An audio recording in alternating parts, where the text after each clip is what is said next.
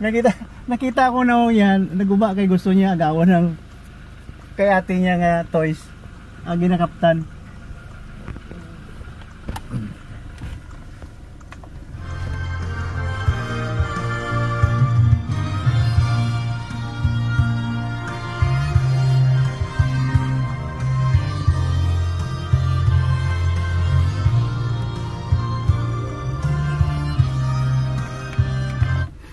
October 29, 2024. Ito, sundo na nga po. Si Mama is na mag-close ng gate. Masakit pang likod ko eh. Cannot walk. I cannot easily move my body. Kasi pag nag-stop ako, yung medyo duko. Duko ba yun? Lean forward. Masakit ang likod. Kasi hindi ito na hindi ito na laminectomy. With my desiccation sa L3, L4, with my herniation disc doon sa level na yan, L3, L4, L4, L5. Ayan si Mama isa, nagka-martial. Kaya masakit ang likod, walang surgery. Physical therapy lang ako for 27 years. Yeah. Kaya sige lang, at least tapos na rin mga anak namin. Nakapagtapos na rin. 1997 ako na accident eh. Nabasag yung black chair na inapakan ko nung nagliligpit ako ng gamit nung graduating ako sa anesthesia. Yeah. Training sa Davao Medical Center. Ano yun, pang ano ko yun, dahil interrupted training ako. I started 1991. Hindi, 1990 ako sa Davao Medical Center. Kaya pag-usapan natin yung interview ng aking kamag-anak, si President Duterte. Sa mga issue ngayon sa mga title ng aking mga vlog, hypocrisy.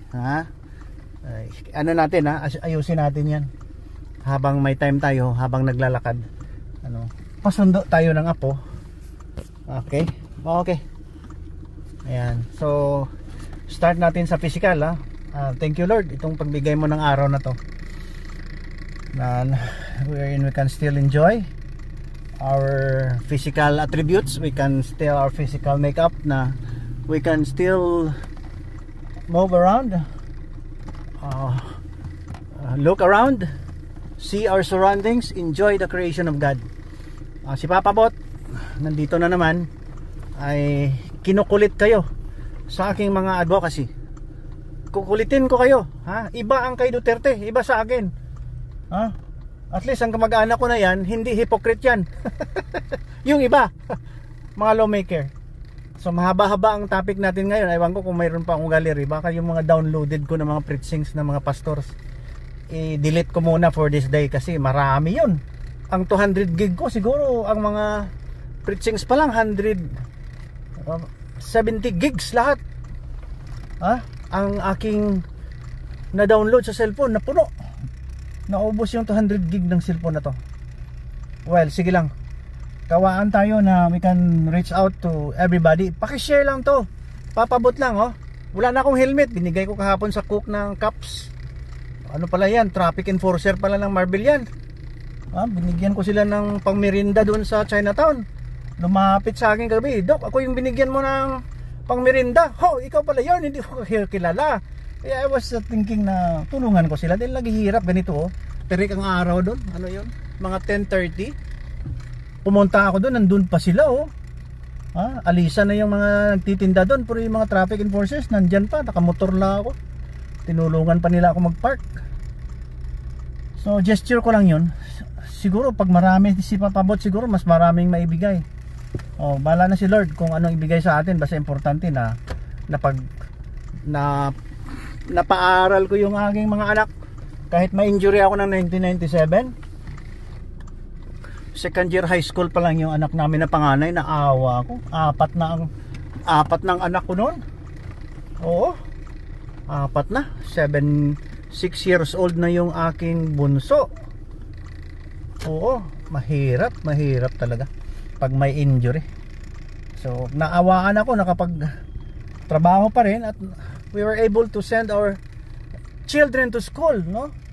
At pagising ko kanina, reflection, salamat Lord na you support my health, no? Na despite na may injury ako, hindi ako nahirapan na magpaaral ng mga anak ko. Oo, mahirap eh. Dahil masakit ang likod hanggang ngayon, 27 years na, pero salamat naman na hindi ako na-paralyze, no? Talagang miracle. Kaya pag-usapan natin advocacy ko, ito mga title nito ni Papa Bot. Number 1, sabi ko, righteousness, anti-kutong, anti-corruption,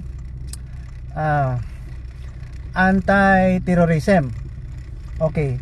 Yung aking mga punchline, kayo naniwala naman kayo na honesty is the best policy.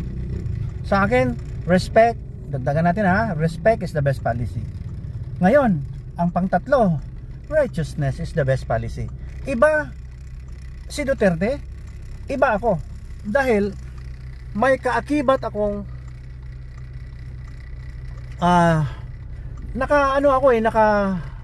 nakakuha ako ng isang parang utos na hindi ko alam saan galing, pero I know it's from a good side of heaven. Palagay natin, utos yan na maganda para sa sangkatauhan. Hindi ako nag-impostor dahil hindi ako hypocrite. Kung ayaw mong makinig sa akin, okay lang. Okay. Kaya naibigay ko yung aking helmet. Wala na. Wala na. Naibigay ko na naman. Bili na naman tayo uli. At saka ipamimigay din natin. Hit and rain, Rain or shine ang hard hat. Rain or shine. Kaya pwede sa init, pwede sa maulan. Yan ang aking kuwan dito. Peg. Kaya ngayon marami ako diyan, sa likod, yan, Kaya alam na siguro 10 nang naibigay ko diyan ng aking mga ang tawag niyan, aking mga visor, pinamimigay ko rin yan. Binibili ko yan, tapos maganda kasi, parang cute din, naka-visor tayo. Okay, sige. So mahaba ang buhok ko, bakit?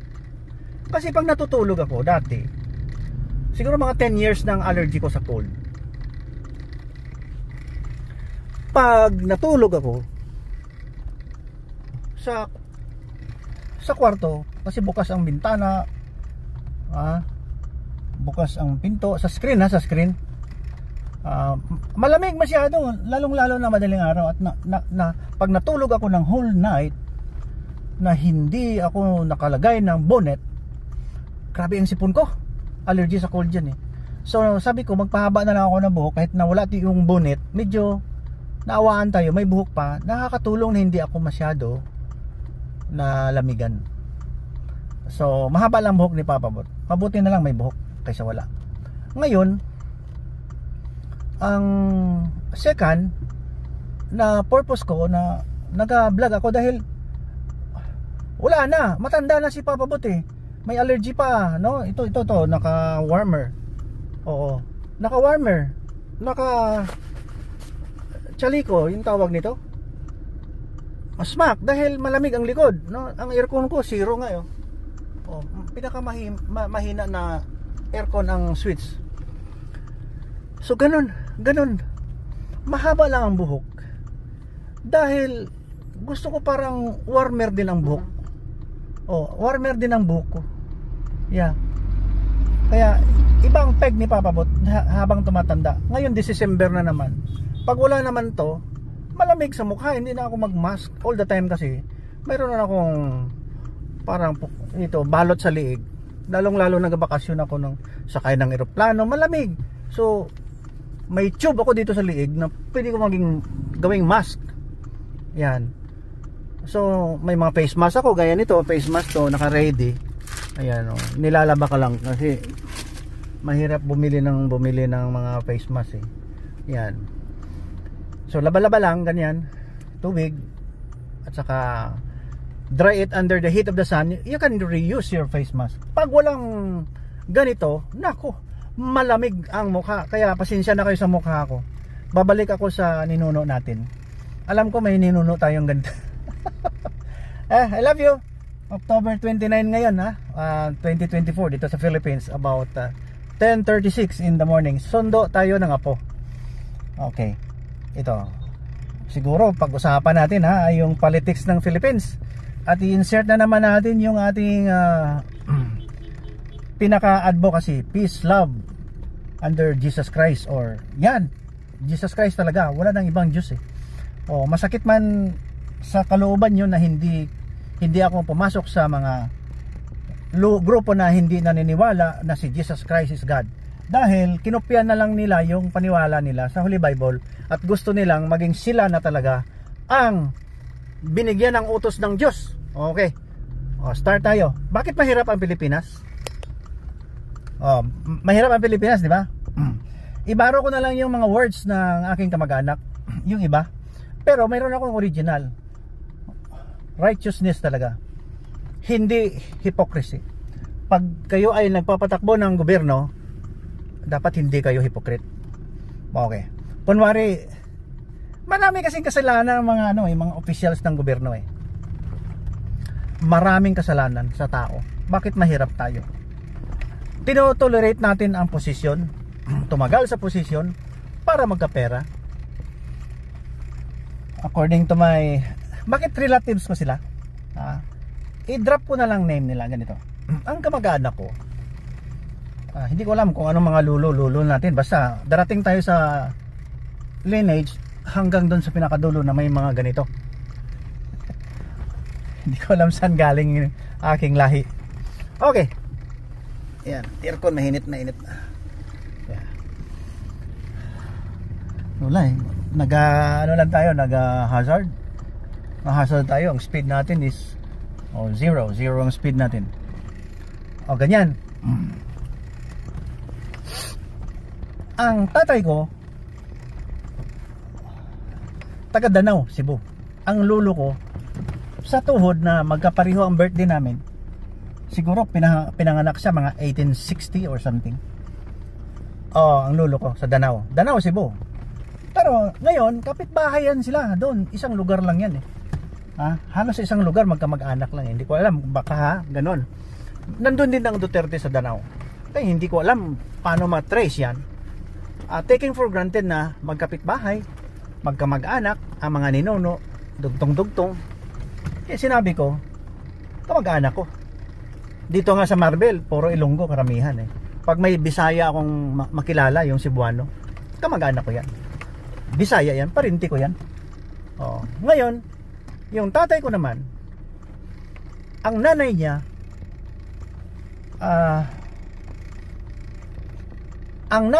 is Turalba, dahil nakapag-asawa ng Turalba. Ang nanay ni Papa. Ang nanay ni Lolo, ang nanay ni Lula pala, ng lula ng tatay ko, malinaw. Lula ha. Okay? Nakuha nyo? Basta ang lula ni Papa, malinaw. Ang lula ni Papa sa mother side ni Papa, ang lula sa tuhod, Osmeña. Dalawang presidente sa lahi ko. Kaya ito, mabuti na lang na ganito si Papa Bot. Advocate siya ng peace. Advocate si Papa Bot ng anti-terrorism. Sabayan niyo ako ha. Hindi ako nagyayabang. Ayaw ko kasing mamatay na sinabi niyo, si Papa Bot mayabang yan. Hipokrito yan. Magnanakaw yan. O kung ano pang mga accusation. O habang buhay ako, mag-comment kayo. Malamig na. Mag-comment kayo dito. Or i-text niyo ako, including your health, sa aking 0968. Ano number ko? Nakalimutan. Ibang klase si Papa. Hinto muna tayo doon. Kasi mamaya na lang.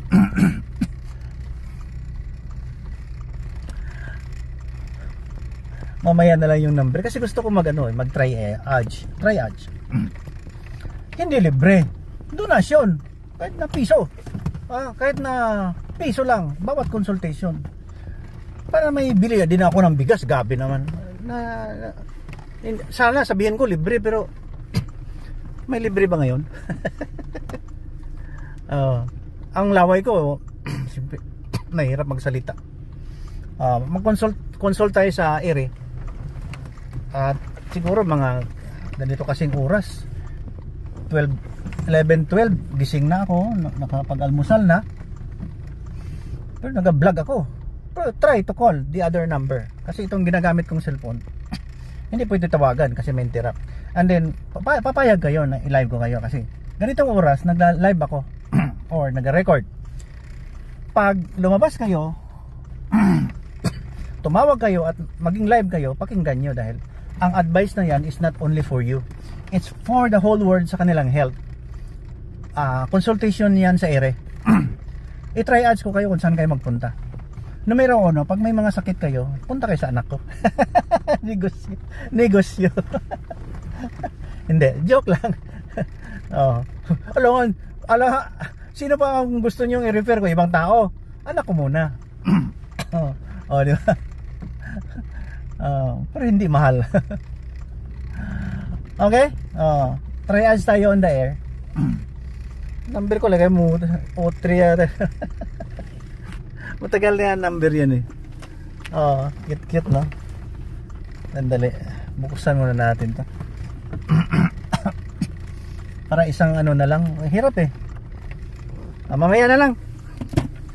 Okay. Philippine government. Alam mo bakit mahirap tayo? Hindi ko talaga matiis bakit tayo maghihirap. Para bagang end of the tunnel.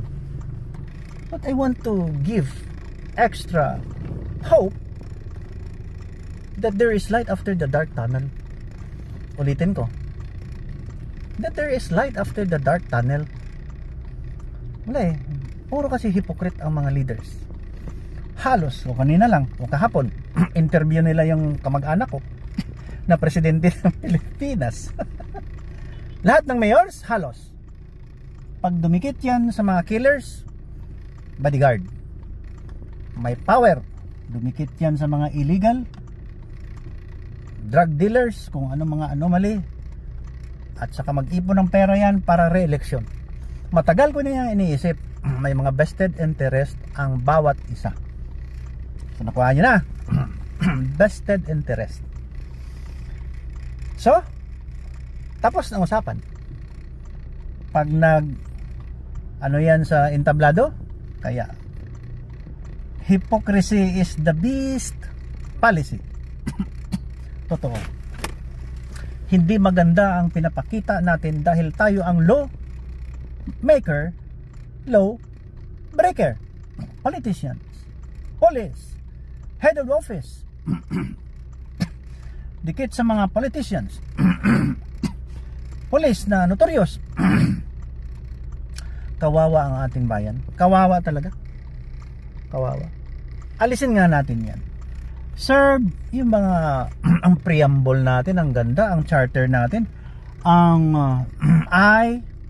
state your name,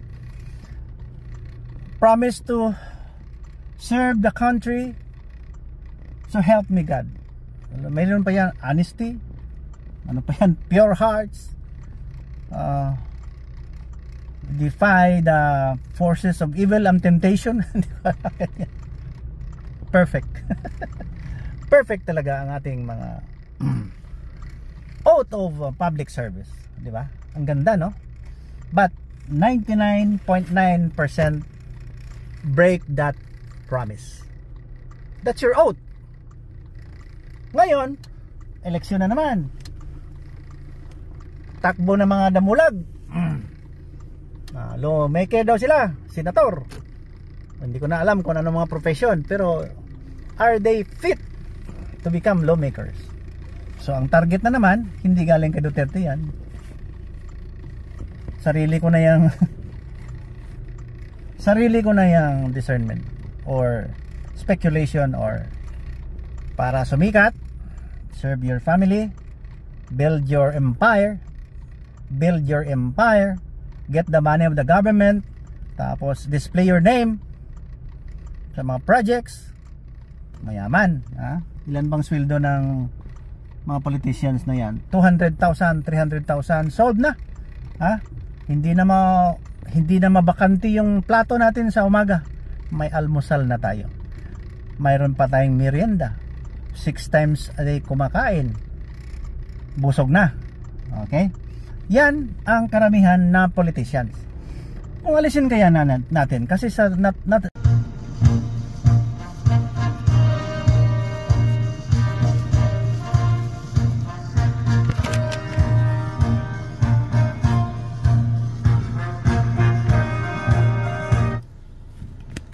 sarap ng buhay, sarap ng buhay ng politicians sa Pilipinas. Pinag-aagawan na posisyon, masarap ang buhay, buhay na buhay. Kita mo na, kala mo para talaga sa tao. Bakit naghihirap ang mga tao? Dahil sa mga politicians natin, karamihan, hindi sa akin naman to, may nagsabi mag-start ka pa lang sa mayor. Karamihan ng mayor gusto lang magpa-re-elect at manatili sa pwesto para lumaki ang kayamanan, lumabo, at to make a strong connection, palakasan, paramihan ng pera, pagandahan ng bahay. Sabi ni Digong, October 28 na hearing yun, 2024 sa Senado. Nagsilabasan na ngayon. So maganda ang buhay ng politician. Bakit naghihirap ang bayan? Kung maganda ang buhay ng politician, dapat pwede yan, pwede sana yan. I rather remain poor and see my constituents rise up. May improve ang kanilang buhay, pero baliktad, hindi nag-improve ang buhay ng mga constituents. Nabaliktad. See? Grabe ang hypocrisy. Hypocrisy is the best policy sa kanila. Wala tayong magawa, Parang wala na talagang pag-asa ang Pilipinas. Wala na. Pero ito, si Papa Bot lang to. Nandito na tayo sa parking lot. Yan. Ano? Naputo lang yung first segment kanina dahil nag-overheat na tong aking cellphone. Hindi na kaya ang more than 20 minutes na tuloy-tuloy, kaya hinubaran ko ng ito para hindi mag-overheat dahil marami tayong pag-usapan. Nasa parking lot na tayo, nagsusundo na nga po. Ayusin nga natin ang bayan natin. Righteous ba kaya tayo? We donate money to the church, we build church. Kung pwede pa, nag-iukit mong pangalan mo sa mga donasyon mo. Hypocrite. Nasa Holy Bible kasi nakasulat, ayaw nating tanggapin ang Holy Bible. Follow the Holy Bible to the core. Ang pinaka magandang gawin. Balik tayo sa Holy Bible kasi kung wala yan, wala talaga, wala. Puro hypocrite, materialistic, alahas dito, alahas doon, nakaw dito, nakaw doon. Hindi ba kayo naawa? Nandiyan na sa iyo lahat Gwapa ka na, gwapo. Ang relo mo mahal, mahal na mahal. Minahal niyo ang mundo. Wala to. May butas to, 1970, hinahabol pa kami ng mga, ginaya ko lang yung mga kami nauna yung best friend ko na singer ng Asin, sabay kami nagpaturok dito. Bawal yun nung araw, 1970s, bawal. Ngayon marami na, ordinaryo nang may mga paglalaki ka pag may ganito, hikaw, uhulihin ka eh. Punta ka ng barbershop. Punta ka ng barbershop. Pag may hikaw ka dito, maya maya na pagising mo may mga pulis na sa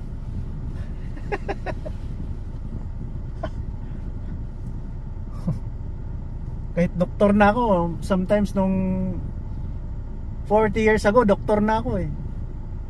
Hindi. 1987. 35 years or 37 years ago. Doon ako sa parlor. May hikaw. Pagising ko may pulis. Inilabas ko to. Yan, doktor yan. Paano maging criminal or something na suspicious yung customer nyo dahil sa Subic ako noon nagpatato. Yan, marami akong invention about ID system, body marks, ID system na yan, iris scan, ID na yan. I-download yan sa portal. Stains, tattoo, scars, dental, dami kong invention yan. For my advocacy na for peace and security. Hindi lang ako nakapag broadcast kahil hindi ako politician at hindi ako influential na tao. I am not that kind na binigyan hindi ako binigyan ng pagkakataon na maging center of attraction, important character sa mga politician, sa mga politics side na maging known na tao. Wala akong I don't know, kaya ito, salamat na lang sa YouTube na lumabas itong YouTube na to na ma-explain ko naman ang side ko. Sometimes binabato nyo ang hindi magandang hindi magandang history ni Papa Bot. hindi magandang history ni Papa Bot, but deep inside me alam ko, balik Kristo ako, naniniwala ako sa God of the universe na kakampi ko dahil best friend ko si Jesus Christ. Kahit na anong sabihin nyo.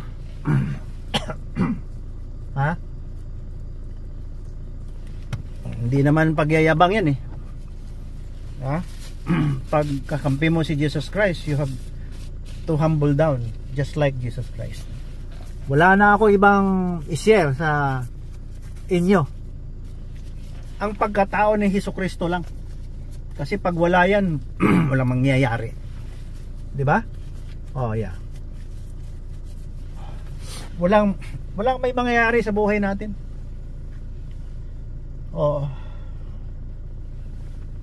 Sige lang, dito, sabayan nyo lang ako. God-centered tayo.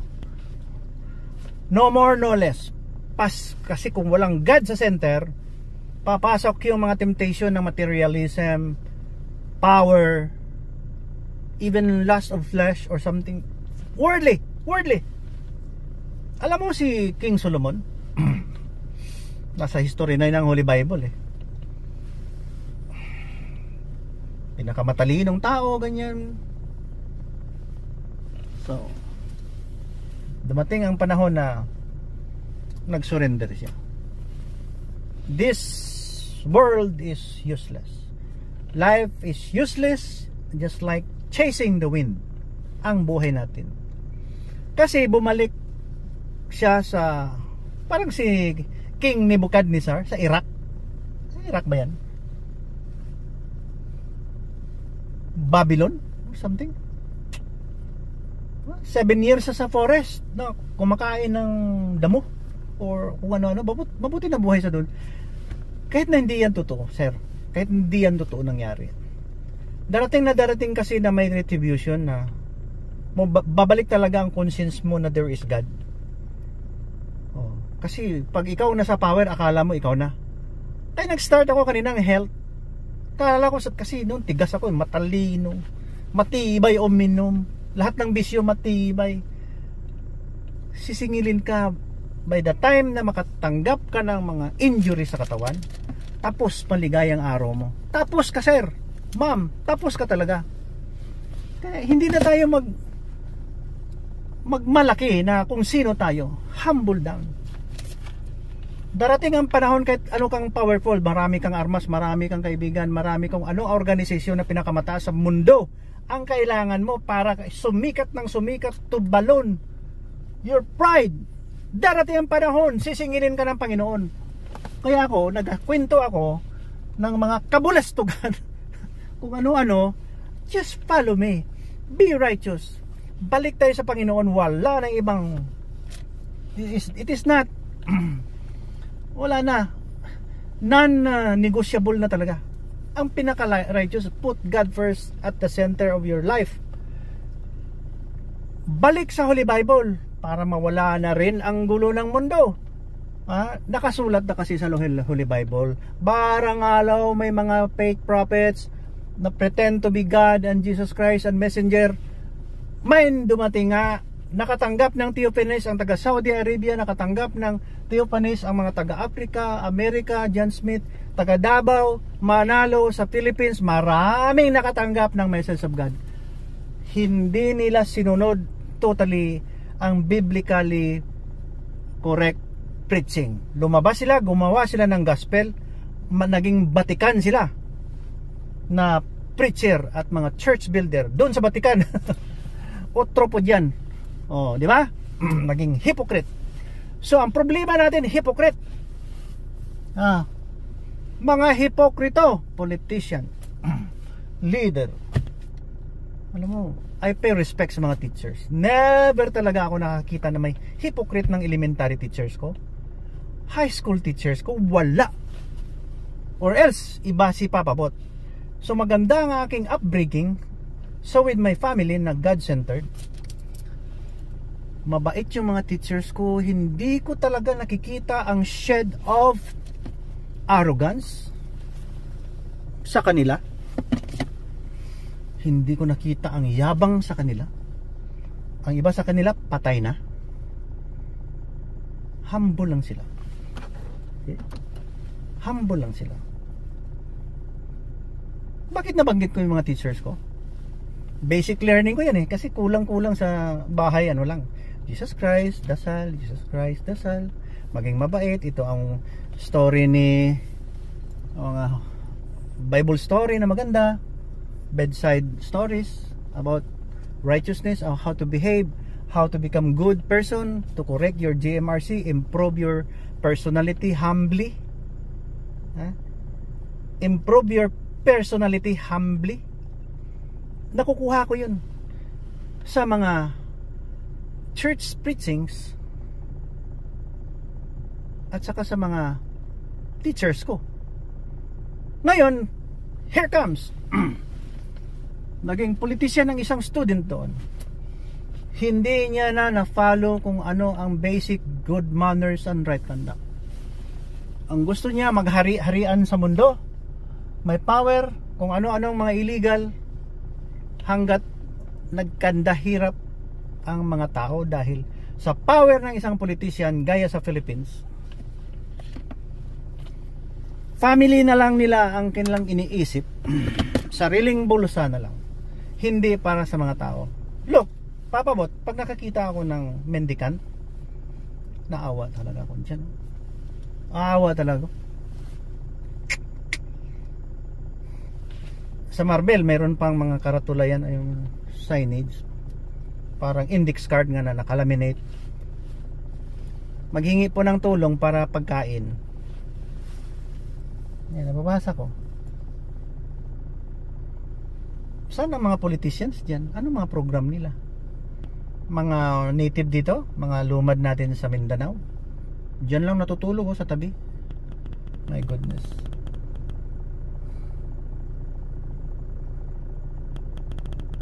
Dami kasing hipokrito. Yan pinaka problema natin, hipokrito. Huwag naman sir, grabe naman kayo. Tama na. Sa hearing pa lang ng Senado, akala mo pag nagsalita yung isa nag-a-accuse. Hindi ako kumakampi kay Duterte ha. Kalaban ko yan. I love you. Oh. Di ba magkamukha kami? Hindi, yung anak niya. Oh, yung anak ko na isa parang si Sarah eh. Kamag-anak nga talaga.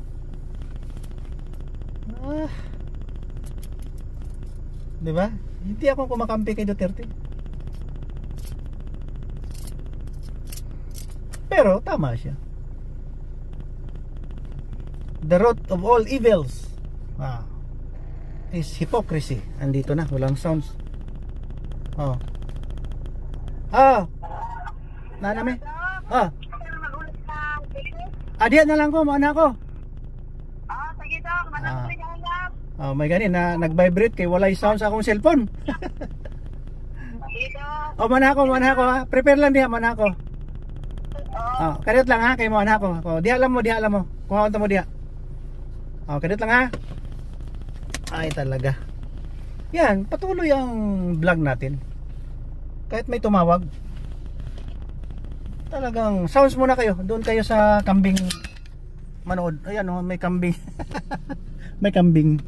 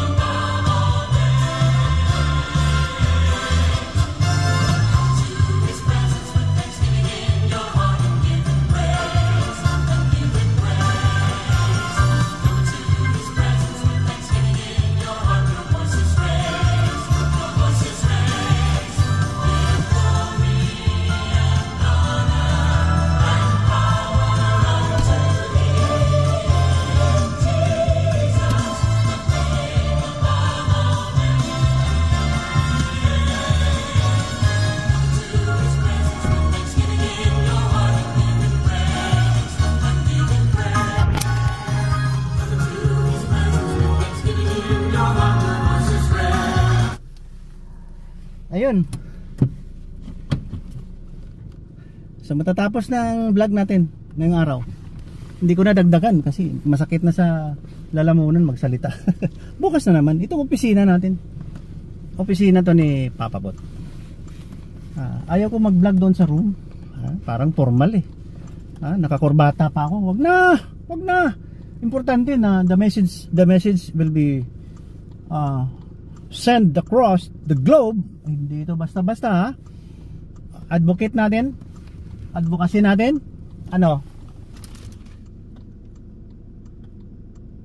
Yeah. Peace, love, God centered life. No kutong, no corruption, no unrighteousness, no terrorism. Kopya-kopya kayo ng Holy Bible tapos tiniterrorize yung mundo dahil sa paniwala nyo na kayo na ang pinaka godly na tao dahil may propeta daw kayong kinakausap ni God. Mali yan! Sabihin ko sa inyo, mali yan! You are creating trouble. Imbis na sabi ng Holy Bible na God-centered is through Jesus Christ, pinalitan nyo pa ng iba eh. Ito, prangka! Kahit na ano sabihin nyo, lumabas na ako sa balat. Nakatanggap ako ng theophany. Hindi ko yan ialisin sa isip ko. If it is not a speculation, it is a discernment na talagang I experienced 2 times 50 years ago, 60 years ago, or 59 years ago, 1966 or 1967 and 1975. Hindi ko alam kung anong gagawin ko. Nahiya ako. Nahiya ako. Pero sabi ko, Lord, ito lang ang aking masabi habang buhay ako. Ang contribution ko sa humanity, i-change ko naman yung belief na mali. We correct the 1,400 years na naniniwala sa prophet na fake dyan galing sa Saudi Arabia, tama na yan. At sa mga hipokrito na mga tao na kunwari believing in God na iba ang sinasabi, iba ang ginagawa. Serve the people, serve the poor. Anong poor? Wala namang yumaman sa mga tao na you intend to help. Oh, ito na. Ay, okay lang kayo? Oh, balikan ko tong bag dito, Dok. Ay, okay. Sige, Klo. Okay. Hindi ako nakababa dahil nag-vlog ako. What did you do? What did you do? What did you do? Nothing? So you have no star. Oops. How do we see? Where's your like this, your visor that I gave you? Where is it? Sa bahay. Sa bahay ang sombrero. You use the you sleep because we will pass by Mama Ace. Okay? Mama Ace will join us. Join our ride, okay? Okay, you sleep. You sleep. Okay. Magaan pa ni Mama Ace. Okay, tawagin na siya, mabuta mga 10 minutes. Okay, sige. Ayaw na. Tawagin lang ko. Wala pag sound so may gani nag-vibrate. Yeah. Nag-vibrate sa ba? Yeah. Okay, sige. God bless Philippines. Dito na nga po ko. Ang pinaka-prinsesa. Nakakatuwa mo yan po, di ba? Hindi yan joke na binigyan ka ng gantimpala or gift or miracle just to have your genes or traits multiplied by biological birth. See? Kaya huwag na tayo maging hypocrite. Ang source ng kahirapan dahil sa mga taong hipokrito. Bye-bye! Oh, you sleep now, you sleep now. Oh, yeah. Oh, you say, Mama Ace, we are coming to fetch you so that you can report to your hospital or duty. Duty siya karon, Dok? Yeah. Yeah. Mga 10 minutes. Oh yeah, 10 minutes siguro. Sinabihan ko yun kanina. Mga almost 11:20 yata magdaan tayo. Sinabi ko niya. Oo. Dapat maniwala siya sa akin. Dadaan talaga tayo doon para hindi na siya mag-tricycle. Naku, Gani man. nasa banyo pa siguro. Sa liga mo to. Dili po, uy, giingnan na nakuto na ko siya. Ayaw langan-langan diha. Guwapa na bitaw ka, di na kinala make up. Tiguang pero guwapa. Alangan alis na ni mo. Wala. Sige. After 5 minutes, pagabot dito sa simbahan atong dool kay Duna, tawagan na tog balik. 3 minutes na lang. Lingaw, sige, sleep now, you sleep now. Birthday din niya ti Oh. Yola di karon. Nagtawag si daddy niya kain na. Hapon nun ang beauty, ang ya birthday. Karon dito, nag-birthday gid siya, gabi na dito. Nag-birthday na talaga.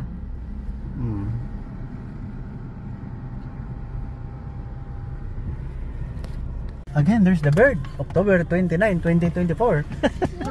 Yeah, there's the bird. Yeah, there's the bird. Hello, bird. Hello, bird. Hello. Where's the bird? Ibon. You fly, Ibon. You fly. You fly, Ibon. Let me see you flying, Ibon. Oh, tell the Ibon. Ibon, you fly. You fly, Ibon. Okay, fly, Ibon. What is Ibon? What is bird? Okay.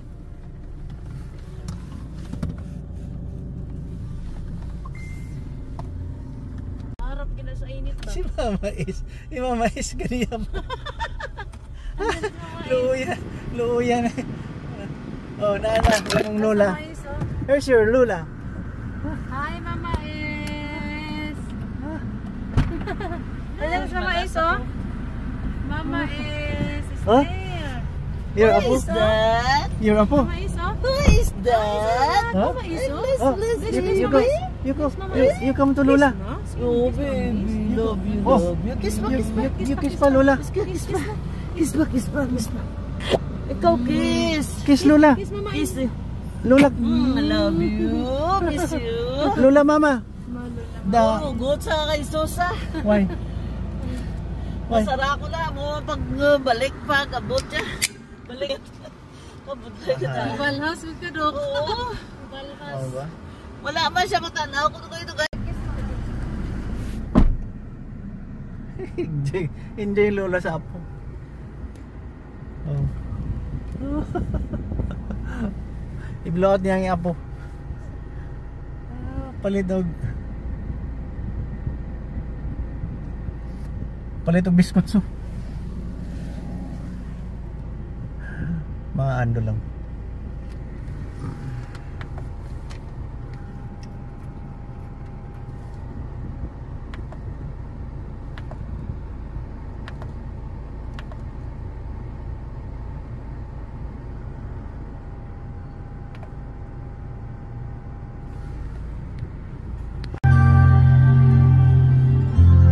Cast all your care on Him, because He cares for you. This is more than a promise. It's a command. Be at rest, child of God. You've placed your burden. Oo. What did you buy? What did you buy? Say thank you, Mama Huh? Is. Thank you, Mama. Is that, wow, your favorite? Ano? Your favorite? Wow. Yummy. Oh, what's that? No. Yeah. Do not eat that. You have to ask permission from Daddy. Huh? Oh, it's okay? What Mama I said to you? Huh? You can eat that? Ano na siya, Dok? Okay. Hindi. You just tell Daddy, the Mama Queen told me to eat this one, okay? What's the name of that fruit? Fruit candy? Frutella? What's the name of that? Hindi pwede sa imong klo. What? Tiga siguro to. Ay, humok siya, Dok. Ah, okay. Humok siya, dili siya ano. Oh, okay. Do not swallow, ah. You just eat, do not swallow. You bite. Ay, humok siya. Ah, okay. Dok, Okay. kami. Thank you. Thank you, Mama Is. Kiss Mama Is. Wala na Love yun. Mama Is. Lipay siya kayo. Wait, saan Love, Mama Joy? Ano, ibaba Is. na sa paglo. Ibaba. Lipay. Spoiled ka, ah. Ay, nanay. Spoiled ka kay Lola. Spoiled. Ay, napamunting Ba, paano ko siya nice? Kipasunod ka 7-Eleven, pero tingin panudlo yan. Ang among budget 100 na sobra. Mahal ko na nga ito, ano. Spoiled. Bye lang ka. Love you, love you. 7-Eleven ka?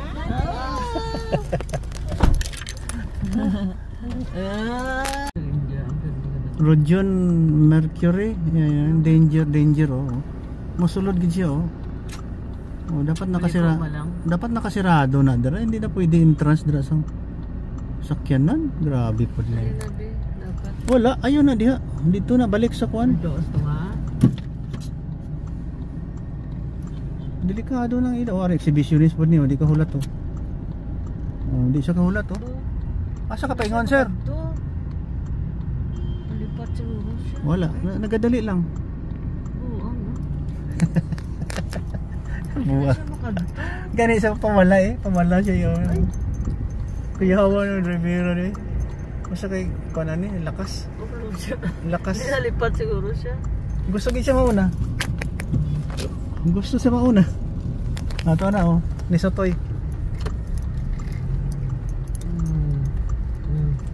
Balabag. Kuyawa ng lugar ali. Kuyawa ng tanga diyan. Di na pwede sudlan. Oy, taso na. Ato daya bawal gito ya. October 29, 2024.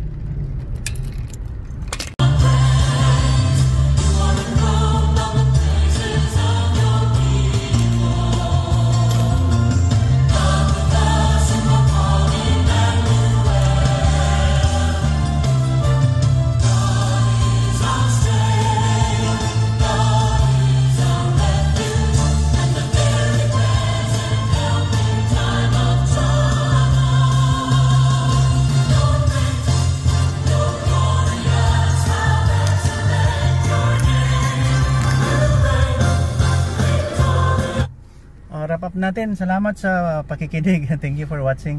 I love you. Naintindihan nyo na bakit ganito si Papa Bot.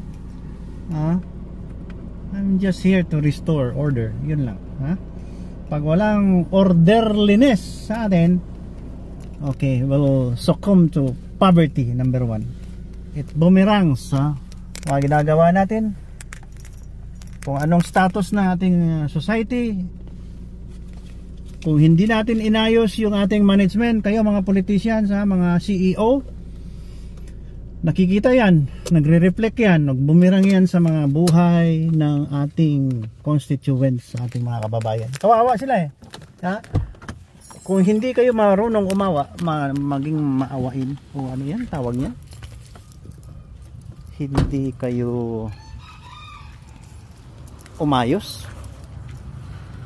hindi kayo maawain, you don't pity, you don't feel empathy to the plight of our people, so wala talaga, wala talaga, will go down the drain. Septic tank ang labasan natin. Bye bye. God bless you and keep you in Jesus' name. Amen.